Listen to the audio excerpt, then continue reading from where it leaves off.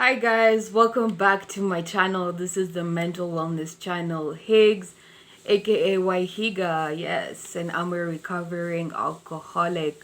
Welcome, and happy Valentine's Day 2022. So today, in honor of Valentine's Day, I want to talk about how I found my self-worth in recovery. My self-worth, my self-esteem, my dignity. And all of everything I'm going to talk about is pertaining to recovery. Before I got sober, obviously I struggled with alcoholism. And along with alcoholism came very toxic relationships with men. I was in some very abusive relationships in the sense that they were physically abusive, verbally abusive, and emotionally abusive. And when I got sober, I thought my number one issue and my only issue was alcohol. And if alcohol was removed from the picture, I would be fine. I would be a sane human being. Joke's on me. Joke's on me. When the alcohol was removed, that was the most painful part, I think, of my recovery. And I think that's why they call it recovery. It's a long-term process of recovering. You know, it's not just a one-time thing where you get sober and I'm cured. It's an ongoing process. Once I got sober, I realized that I did not have the ability to live life on life's terms. And it took me a very long time to understand what that meant. I realized my problem in life was not really alcohol. My problem in life was life itself. I didn't know how, as a human being, to navigate life, to navigate through work, through school, through having relationships with people. I didn't know what was appropriate, what was inappropriate. I didn't know how to relate to people appropriately. I didn't know any of these things. I didn't even have a relationship with myself. As far as I knew, I was an alien living in a host's body. And so you sober me up. I'm separated from alcohol. And I'm told, okay, go live your life, right? Thank God for 12-step programs, because it's in 12-step programs that I've really learned how to live a day at a time. Because when I got separated from alcohol for the last time, hopefully, I literally reverted to being a 12-year-old girl. My depression, my emotions, my self-awareness, my self-esteem, everything was at the point of a 12-year-old girl. And I was completely lost. So all the things that everyone assumes that a 29-year-old or 25-year-old at that time, a 25-year-old woman should know about the world, should know about relationships, should know about men, should know about how to dress, should know about how to carry themselves into the world, I had no idea about. And so I kept attracting the same kind of toxic men into my life when I got sober. Nothing changed in that regard. And now it got more intense because I'm sober and I have no alcohol to turn to. I'm literally feeling all the pain and the consequences of my continued patterns, which I had really never unlearned, right? So I'm just carrying on with what I thought was appropriate and normal to begin with. So I attracted very toxic, and I will specify what I mean by toxic, unavailable men. Men who are in relationships, whether I knew about it or not. I was mostly deceived about it. Men who would lie, men who would just use, manipulate, abuse, and move on to the next thing, type of men. And to experience that drunk is one thing, to experience that sober was another thing. And it led up to my first and only relapse in recovery. Because I, I moved to the sober living facility in February of 2017. And I got into the 12-step program in February or May of that year. And I remember I stayed sober for about 4.5 months. And by the time this rehab relationship ended, I picked up a drink. I was in a lot of pain, and it got to the point where the only way I knew how to alleviate that pain was through drinking. And the last time I had a drink was my birthday, the 1st of July of 2017. And it was over that breakup, with that toxic, horrific entanglement. We can say that. Thank you, Jada. Yeah, and that happened, and I started the 2nd of July on a sober note and hung over it, but completely surrendered to the fact that alcohol was no longer my solution to life. It no longer worked. And I had seen the light. So I was lying to myself in essence that I could drink obliviously. There was no such thing. I had seen people who drank like me, who thought like me, who felt like me, but who had become sober and who had years of recovery. So I had no excuse to continue drinking anymore. And I remember feeling completely dejected and hopeless. And I said, you know what? No, this is not for me. So I came back to a 12-step program and started my sobriety journey, and I've been sober ever since that day, which is my sobriety date, the 2nd of July 2017. And from that experience, I learned that the decisions that I'm making in regards to getting into these relationships can cost me my sobriety. And that was shocking, and it was sobering, because I really enjoyed the feeling of being sober. I really enjoyed feeling like I'm becoming responsible. I'm starting to do things with my life. I'm starting to be productive again. I'm starting to trust myself again. And life started to look like I could do it sober, which is something I'd never attained ever in my adult years. And so I started to seriously think about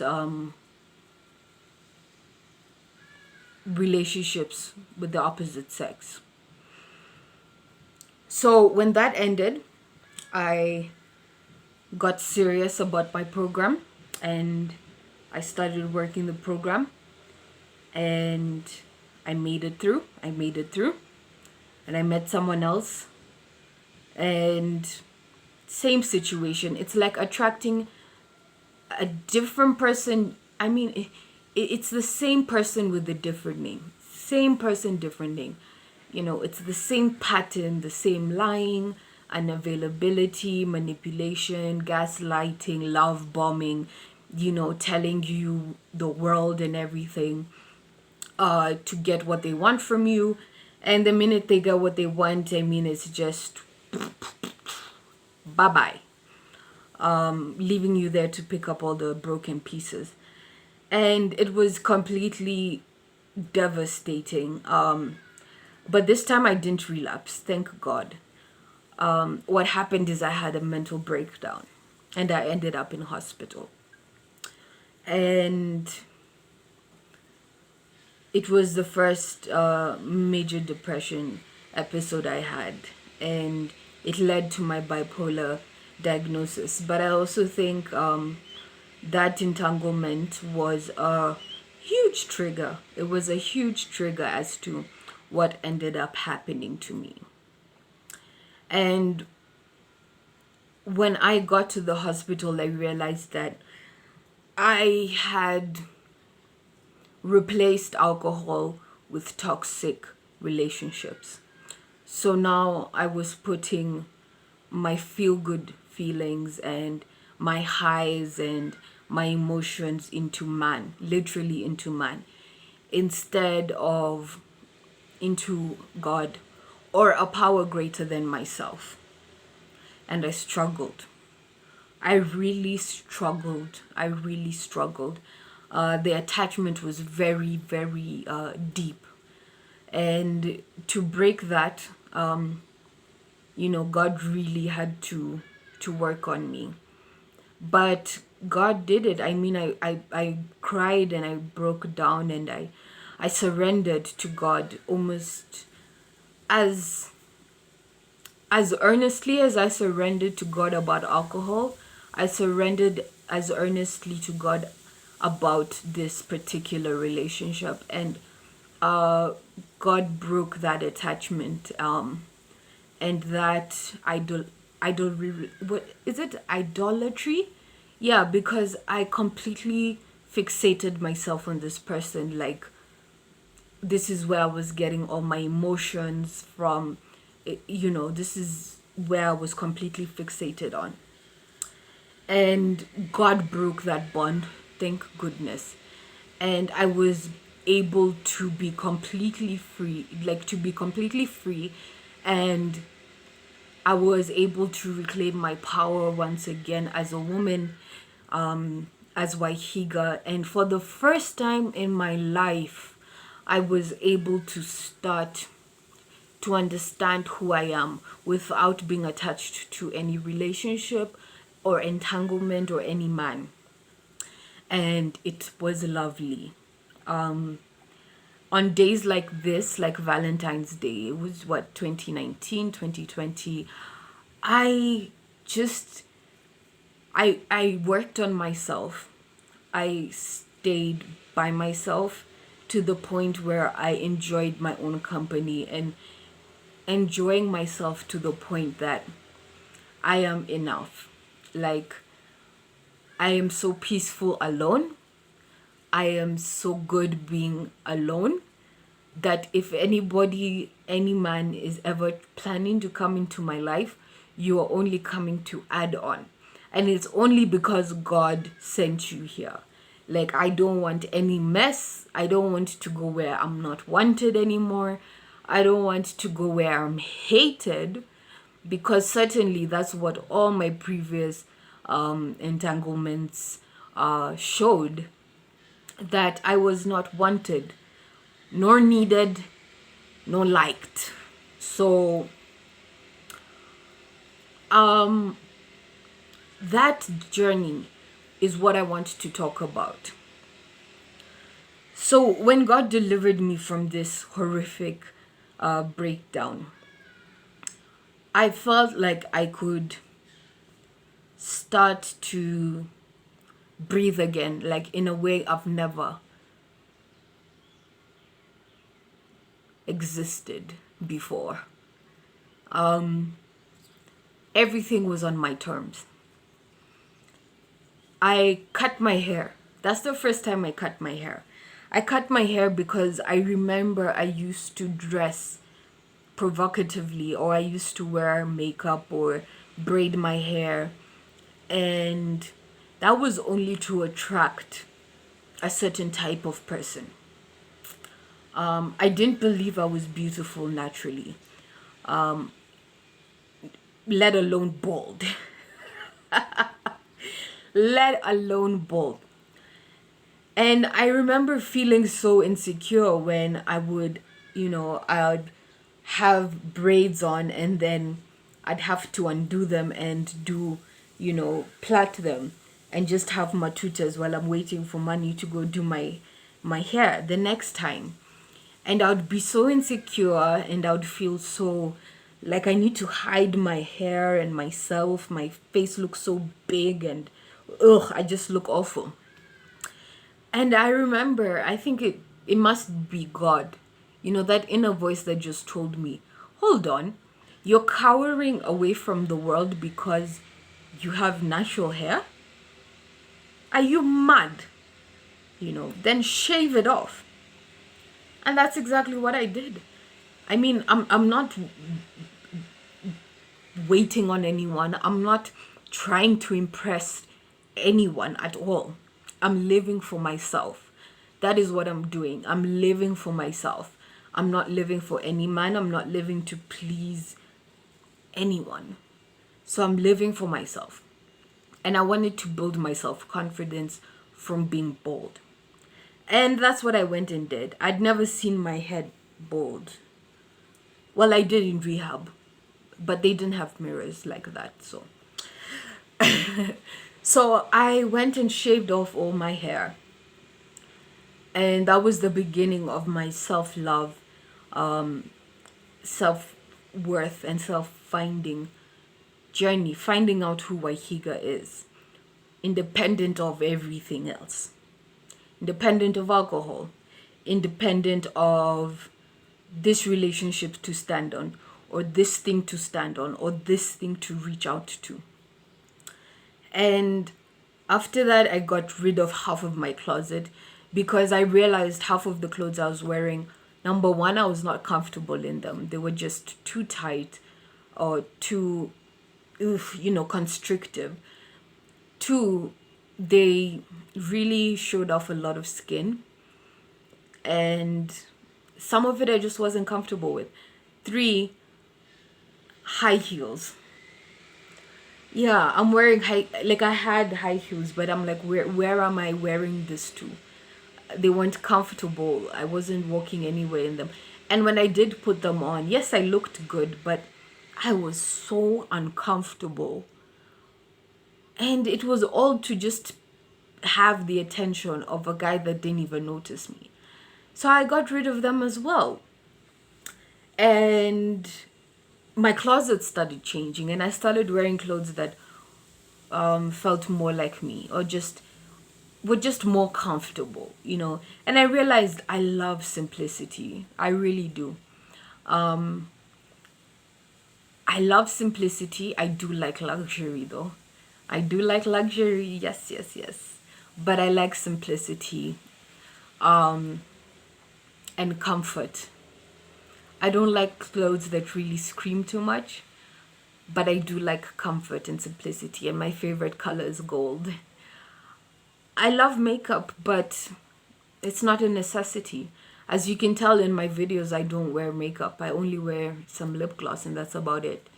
So that my lips are ashy when I'm talking to you. I love, mascara and, just put that up a bit. And some eyeliner or liquid liner, and a nice bold lip, but that's about it. But I remember I used to try contouring and, shaving my nose down and putting my cheeks up. And oh, now I have spots, and I would get so, I would just get so self-conscious about it because this guy is going to comment, what's happening to your face now? Are you on new medication? And now I could care less. So physically a lot changed. I wasn't hard on myself anymore about really what I ate or trying to be skinny and stuff like that. I loosened all of that up. I didn't beat myself up too much about that. And then emotionally, I started to depend on myself and on God. And I wrote a list of stipulations I will never, ever, ever do again. I told myself I will never ever rely on a man for A, B, C, D. And it's not in, I hate men kind of way. No, I don't hate men. My dad is the man of my life. He's the most amazing man I know. I don't hate men. I know that there are good men out there. My boyfriend is another one, and we'll get to that. There are amazing men around here. And that's not what I'm talking about. I'm not talking about bashing men. But I'm saying that I will never depend on a man for certain things emotionally. It's too much to place, first of all, in another person. And they're just certain things that we should take to God and not to another human being. Because then it changes that person's status from being a person to a God. And I went very wrong in that sense. That's what my journey in recovery has taught me. You can't fill that God space with alcohol, with men, with nicotine, with food, with sleep, with whatever your vice may be. You just can't. And if you do, it gets out of hand. And it crushes, it burns, it burns. It really burns. And then, if you're humble enough, you have to surrender and ask the real God for help. The creator who made you for help. And for me, that's how it's turned out to be. I had to go to the person who made me, well, the entity that made me, and ask for his guidance in my life. So I asked God, I told God, this is they're just certain things that I will never go to a man about again. I'll never go to a man and expect him to make me happy. That's a God job. I will never go to a man, and I'll never go to a man to make me feel loved. I will never go to a man for my self-worth, or my opinions, or to mold me ever again. Because I got lost in the sauce for so long. My personality was shaped by other people's opinions and other people's values and other people's way of life, and not my own, because my voice was suppressed for so long. Or in fact, I never had a voice. I never took the time out to figure out who Wahiga was. So for today, I think that's where I'm going to leave it at. Thank you so much to you guys for staying tuned and watching the mental wellness channel Higgs. Please keep subscribing, sharing this with your friends, and liking it. Until the next video, goodbye.